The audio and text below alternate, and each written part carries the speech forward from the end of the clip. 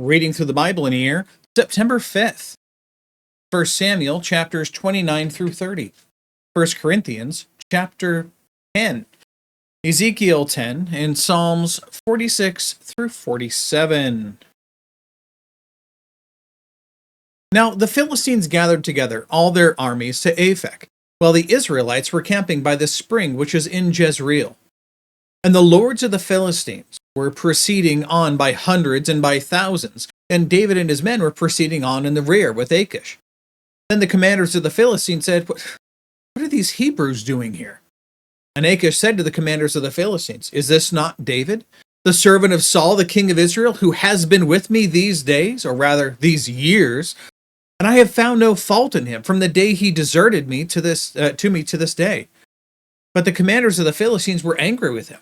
And the commanders of the Philistines said to him, Make this man go back, that he may return to his place that you have assigned him. And do not let him go down to battle with us, or in the battle he may become an adversary to us. For with what could this man make himself acceptable to his Lord?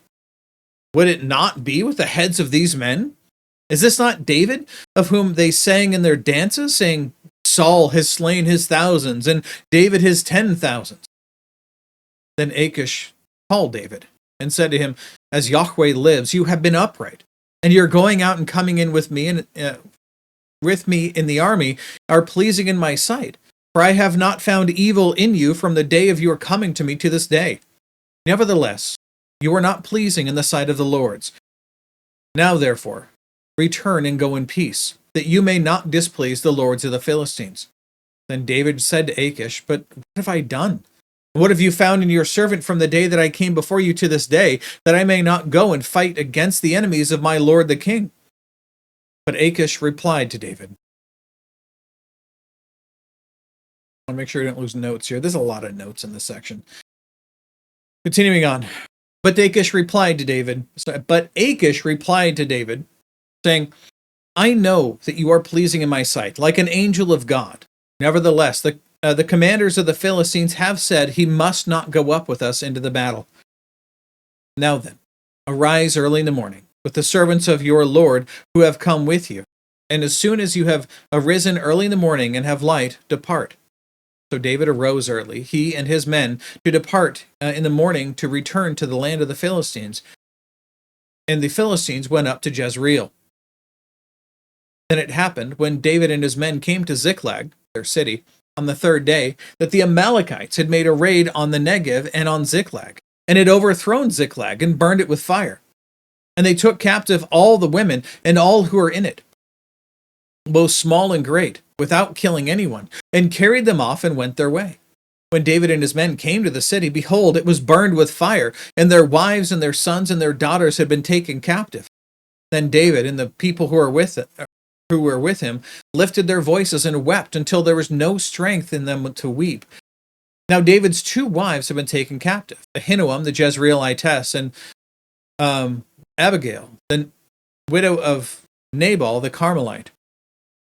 Moreover, David was greatly distressed because the people spoke of stoning him.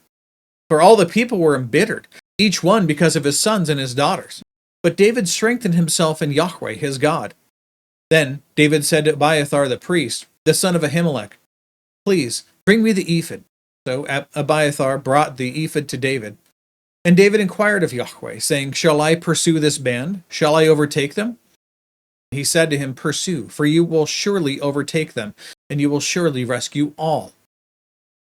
So David went, he and the 600 men who were with him, and came to the brook Bezor, where those left behind remained. But David pursued, he and the 400 men, for 200 who were too exhausted to cross the brook Bezor remained behind. Now they found an Egyptian in the field and brought him to David, and he gave him bread and he ate. And they provided him water to drink. They gave him a piece of fig cake and 2 clusters of raisins, and he ate. Then his spirit revived, for he had not eaten bread or drunk water for 3 days and 3 nights. David said to him, To whom do you belong, and where are you from? He said, I am a young man of Egypt, a servant of an Amalekite. My master left me behind when I fell sick 3 days ago. We made a raid on the Negev of the Kerethites, and on that which belongs to Judah, and on the Negev of Caleb, and we burned Ziklag with fire. Then David said to him, Will you bring me down to this band? And he said, Swear to me by God, you will not kill me or deliver me into the hands of my master, and I will bring you to this band. When he had brought him down, behold, they were spread over all the land, eating and drinking and dancing, because of all the great spoil that they had taken from the land of the Philistines and from the land of Judah. David slaughtered them from the twilight until the evening of the next day. Not a man of them escaped, except 400 young men who rode on camels and fled. So David recovered all that the Amalekites had taken and rescued his 2 wives. But nothing of theirs was missing, whether small or great, sons or daughters, spoil, or anything that had been taken for themselves, that they had taken for themselves. David brought it all back. So David had captured all the sheep and the cattle which the people drove ahead of the other livestock. And they said, This is David's spoil. When David came to the 200 men who were too exhausted to follow David, who had also been left at the brook Bezor, they went out to meet David and to meet the people who were with him. Then David approached the people and greeted them. Then all the wicked and worthless men among those who went with David said, Because these did not go with us, we will not give them any of the spoil that we have recovered, except to every man his wife and his children, that they may lead them away and depart. Then David said, You must not do so, my brothers. With what the Lord has given us, who has kept us and delivered into our hand the band that came against us. And who will listen to you in this matter?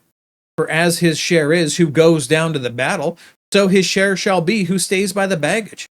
They shall share alike. So it has been from that day forward that he made it a statute and an ordinance for Israel that to this day. Now when David came to Ziklag, he sent some of the spoil to the elders of Judah, to his friends, saying, Behold, a gift for you from the spoil of the enemies of Yahweh. To those who were in Bethel, to those who were in Ramoth of the Negev, to those who are in Jatir, and to those who are in Aror, and to those who are in Sifmoth, to those who are in Eshtemoa, and to those who are in Rakal, and to those who are in the cities of the Jerahmeelites, to those who are in the cities of the Kenites, to those who are in Hormah, and to those who are in Bor Ashan, and to those who are in Atak, and to those who are in Hebron, and to all the places where David himself and his men were accustomed to go. And that is all the notes to here. Move on to 1 Corinthians chapter 10.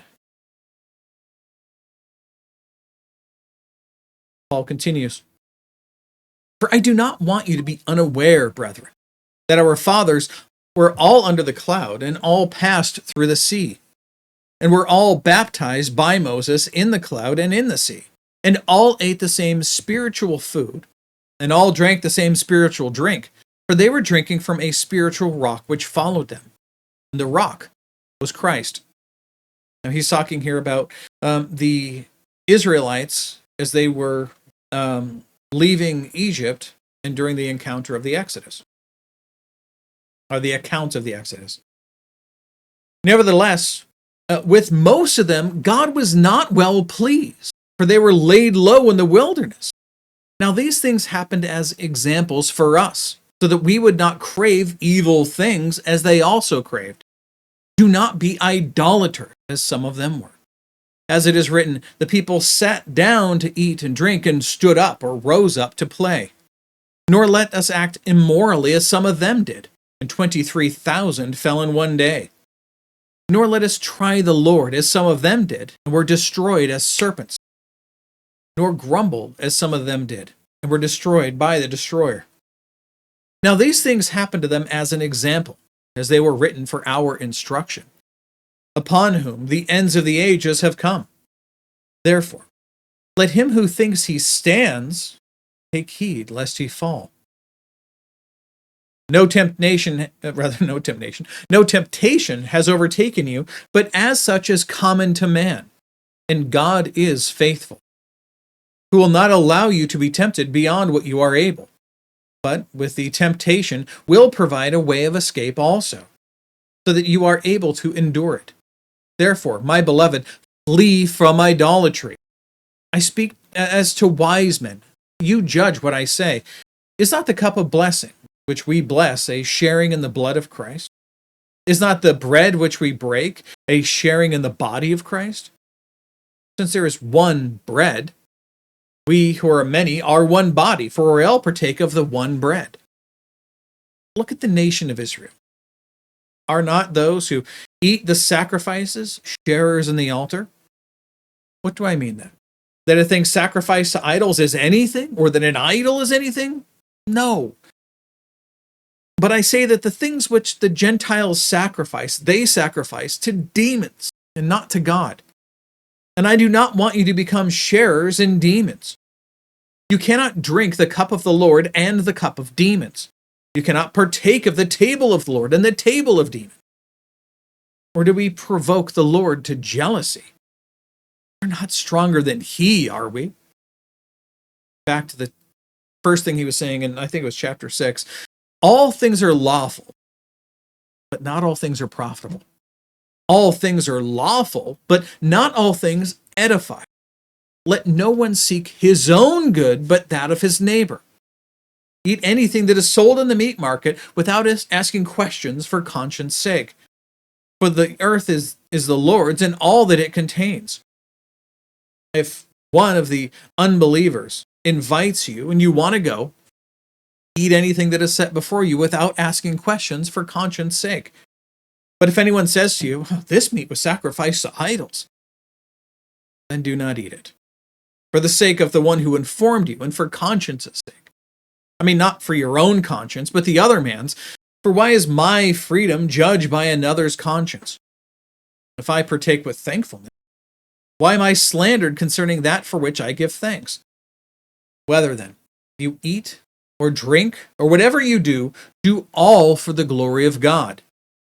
Give no offense to either Jews or Greeks or to the church of God, but just as I also please all men in all things, not seeking my own profit, but the profit of the many, so that they may be saved. Now, Ezekiel chapter 8.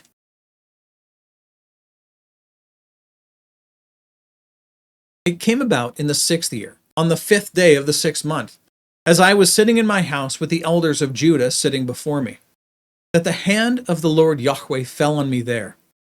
Then I looked, and behold, a likeness as the appearance of a man. From his loins and downward there was the appearance of fire, and from his loins upward the appearance of brightness, like the appearance of glowing metal. He stretched out the form of a hand and caught me by a lock of my head, and the Spirit lifted me up between the earth and heaven, and brought me in visions of God to Jerusalem, to the entrance of the north gate of the inner court, where the seat of the idol of jealousy, which provokes to jealousy, was located. Behold, the glory of the God of Israel was there, like the appearance which I saw in the plain. Then he said to me, Son of man, raise your eyes now toward the north. So I raised my eyes toward the north, and behold, to the north of the altar, to the north of the altar gate, was this idol of jealousy at the entrance. And he said to me, Son of man, do you see what they are doing? The great abominations which the house of Israel are committing here, so that I would be far from my sanctuary? But yet you will still see greater abominations. Then he brought me to the entrance of the court, and I looked, behold, a hole in the wall. And he said to me, Son of man, now dig through the wall. So I dug through the wall, and behold, an entrance. And he said to me, Go and see the wicked abominations that they are committing here. So I entered and looked, and behold, every form of creeping things and beasts and detestable things, with all the idols of the house of Israel, were carved on the wall all around. Standing in front of them were 70 elders of the house of Israel, with Jaazaniah the son of Shaphan standing among them, each man with his censer in his hand, and the fragrance of the cloud of incense rising. Then he said to me, Son of man, do you see what the elders of this house, of the house of Israel, are committing in the dark, each man in the room of his carved images? For they say, Yahweh does not see us. Yahweh has forsaken the land. And he said to me, You will still see greater abomination which they are committing. Then he brought me to the entrance of the gate of Yahweh's house, which was toward the north. And behold, women were sitting there weeping for Tammuz. That's a Babylonian god. I lost my spot. There we go. Verse 15. And he said to me, "Do you see this, son of man? You will see still greater abominations than these." Then he brought me to the inner court of Yahweh's house. And behold, at the entrance to the temple of Yahweh, between the porch and the altar, were about 25 men with their backs to the temple of Yahweh, and their faces toward the east. And they were prostrating themselves eastward toward the sun. And he said to me, "Do you see this, son of man? Is it too light a thing for the house of Judah to commit the abominations which they have committed here, that they have filled the land with violence and provoked me repeatedly? For behold, they are putting the twig to their nose." No idea what that means. See if there's a note on that. Man, I hope there is.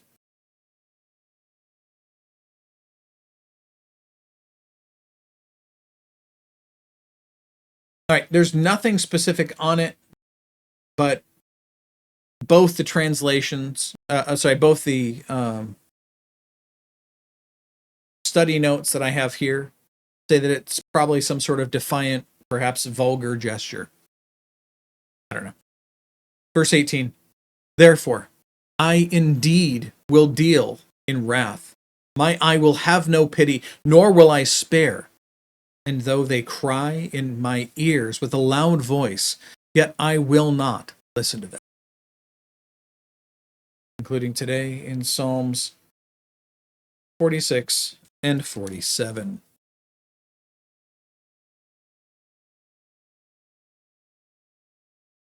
God is our refuge and strength, a very present help in trouble.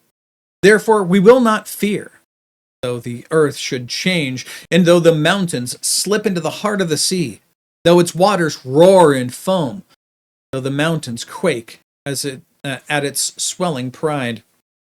There is a river whose streams make glad the city of God, the holy dwelling places of the Most High. God is in the midst of her. She will not be moved. God will help her when the morning dawns. The nations made an uproar. The kingdoms tottered. He raised his voice. The earth melted. Yahweh of hosts is with us. The God of Jacob is our stronghold. Come, behold the works of Yahweh, who has wrought desolations in the earth. He makes wars to cease to the end of the earth. He breaks the bow and cuts the spear in two.